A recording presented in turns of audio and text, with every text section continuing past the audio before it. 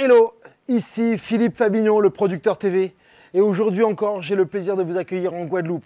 Merci de nous suivre. Et aujourd'hui, j'aimerais vous parler d'une thématique qui me tient à cœur, qui est pourquoi le storytelling et à quoi ça sert le storytelling. Aujourd'hui, raconter des histoires, c'est devenu mon credo et mon excellence, entre guillemets, ce que j'adore faire et ce que j'ai toujours fait. Et je dirais ma profession à moi, c'est de raconter des histoires en images. Et aujourd'hui, j'ai envie de transmettre cela. Et le storytelling, si vous voulez, ça sert à beaucoup de choses. Ça peut fidéliser une clientèle, ça peut influencer, ça peut aussi parfois faire adhérer à une idée, des gens à une idée. Ça sert aussi à amener de l'émotion du storytelling. Et je vais essayer de vous donner quelques cas dans lesquels le storytelling joue et a une place prépondérante. Bien sûr, nos homologues, ou en tout cas ceux qui sont d'outre-Atlantique ou les anglophones, maîtrisent parfaitement ça. D'ailleurs, aujourd'hui, dans la Silicon Valley, tout le monde sort, en tout cas pour exploser, leur histoire commence toujours dans un garage. Steve Jobs, il faut commencer dans le garage, son histoire. Je caricature, mais grosso modo, c'est pour vous dire qu'il y a certains éléments qui sont prépondérants dans du storytelling. Et aujourd'hui, effectivement, le storytelling, je vous le rappelle, ça peut, si vous avez une entreprise, un business, ça peut littéralement décupler vos ventes. Le storytelling, dans ce que moi, je fais en télévision, ça permet de capter l'attention, de fédérer et de fédérer des millions de personnes ensemble et que ces gens-là agissent selon ce que vous voulez et ce que vous avez prévu de faire. Alors, on va passer par les cas de storytelling dans le cas où le storytelling joue une place. Le storytelling, déjà, la première chose, et vous ne le savez pas, peut-être pas, vous ne vous rendez pas compte, mais c'est au niveau de votre carrière. Quand vous allez à un entretien d'embauche et que vous arrivez avec votre CV et que votre futur employeur vous demande « mais parlez-moi de vous ». Bah, faut savoir parler de son histoire, il faut savoir la mettre en avant et avoir à un moment donné des pics, des redescentes. Et d'ailleurs, on ne peut pas à un moment donné dire qu'on est tout le temps au top. Et certains, ça c'était l'ancienne méthode, vous parleront et vous diront quels sont vos points faibles. Et de maîtriser un bon storytelling pour aller faire un bon entretien d'embauche, si vous voulez, c'est capital de montrer qu'on était peut-être en bas, qu'on est monté très haut, que parfois on est redescendu et qu'on a su gravir les échelons ou en tout cas passer les obstacles. Le storytelling dans un entretien d'embauche est bon. Le storytelling, il a déjà commencé, j'ai envie de vous dire, quand vous étiez jeune aussi, tout petit. Par Il était une fois, on vous racontait des histoires. Raconter les histoires, ça a toujours été de notre temps, ça a toujours été primordial. Et aujourd'hui, c'est marrant, j'ai envie de vous dire, vous qui allez rencontrer votre future femme, votre futur partenaire, votre futur homme. Quand vous êtes au restaurant et que vous parlez de vous, imaginez, c'est lui qui arrive et qui dit « ouais, écoute, moi dans mon histoire, j'ai fait que de la merde, je suis déprimé, j'ai ci, j'ai ça. » Mais quel storytelling! Mais non, mais c'est vrai que le storytelling, je vous assure, on peut en rigoler. Mais même dans le cas de figure de la relation amoureuse, savoir raconter son histoire, c'est une manière de pouvoir approcher l'autre plus facilement.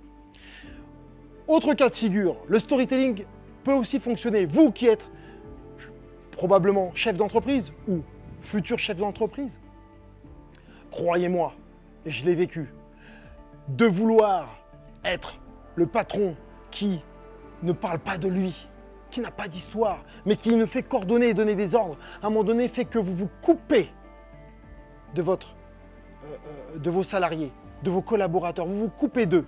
Et on a l'impression que vous n'êtes plus un homme, vous êtes celui qui va donner les salaires et parfois ça va amener même des conflits. Alors que, en tant que chef d'entreprise, sachez raconter votre histoire, ayez de l'humilité, de la vulnérabilité et mettez votre histoire au profit et à la connaissance de tous, de vos employés. Et vous verrez, je vous assure, qu'ils se diront « ah ce mec-là, en fait, c'est un homme ou une femme comme nous. » Et on va beaucoup plus se rapprocher d'un chef d'entreprise qui est entre guillemets, humain que de quelqu'un qui est une véritable machine de travail qui n'a aucune émotion.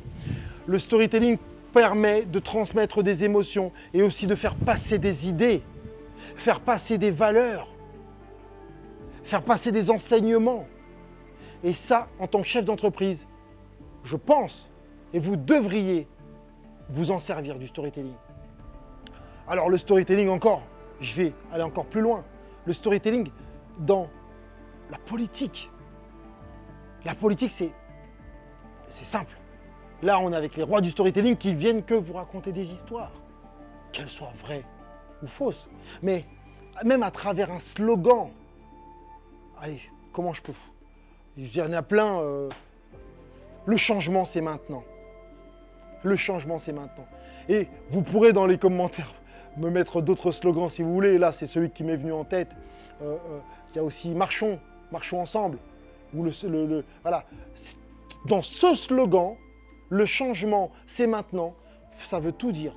Ça veut dire qu'avant, dans l'histoire, c'était figé, que toutes les mêmes personnes bénéficiaient des avantages et d'autres pâtissaient, si vous voulez, d'une situation économique. Et que le changement, c'est grâce à cette personne qui est en face de vous que le changement va arriver. Vous voyez, en quelques mots, le slogan peut vous amener un storytelling puissant.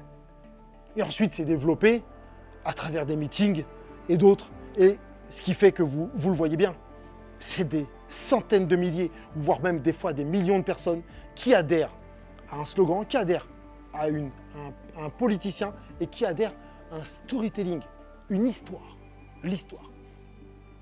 L'autre cas de figure, il est évident, et ça je voulais en finir là-dessus, je vous parlais des Américains et des Anglais, c'est dans le marketing. Il y a des grands, et je vous invite à regarder Seth Godin, qui est un grand marketeur, un monsieur du marketing aux États-Unis qui a parlé énormément du storytelling. Le marketing, mais McDonald's, dans le marketing, avec les familles, comment on a mis les familles en avant et on a raconté des histoires avec les familles pour que nos enfants puissent adhérer, si vous voulez. On se pose la question parfois, oui, il y a le goût, mais parfois nos enfants sont attirés juste par ces histoires-là. Et l'histoire de la famille chez McDonald's est mise en avant.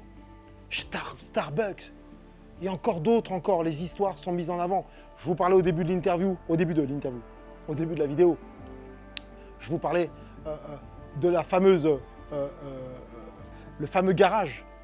Steve Jobs a impacté énormément, si vous voulez, avec Wozniak, l'histoire de la Silicon Valley.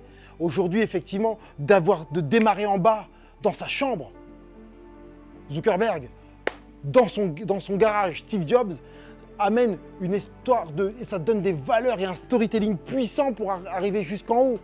Et aujourd'hui, tout le monde s'en inspire et j'ai envie de vous dire, il faut, limite pour certains, ça devient une obligation de démarrer quelque part dans une cave, dans un garage, où vous voulez. Donc, voilà pourquoi, pour moi, à mon sens, le storytelling est important et vous devriez le prendre très au sérieux et à tous les niveaux. Voilà, j'espère qu'en tout cas, dans cette vidéo, vous aurez pris conscience que le fait de savoir raconter son histoire est primordial dans différents pans de votre vie et que vous en avez besoin. Et c'est important. Et pour cela, vous avez un lien dans la description qui est un e-book qui vous donne les clés du storytelling et qui vous donne des exercices et la base pour que vous puissiez vous aussi vous servir de votre histoire pour l'appliquer à votre entreprise, à votre business et à bien d'autres choses encore dans votre vie. Relations amoureuses et plein de choses dont je viens de vous parler. Voilà. Cliquez sur le lien du dessous, vous avez ce cadeau qui est gratuit, je l'ai bien dit, 100% gratuit. J'espère que vous avez aimé la vidéo. N'hésitez pas à laisser un message, ça c'est hyper important pour qu'on puisse communiquer ensemble. Si vous avez aimé, laissez aussi un pouce bleu, cliquez sur la cloche du dessus pour être au courant des prochaines vidéos. Mais surtout, abonnez-vous pour que nous fassions une communauté ensemble. La communauté qui va sur un seul chemin, le chemin de la réussite. Et le chemin, il est où? Il est là-bas. Allez, ciao!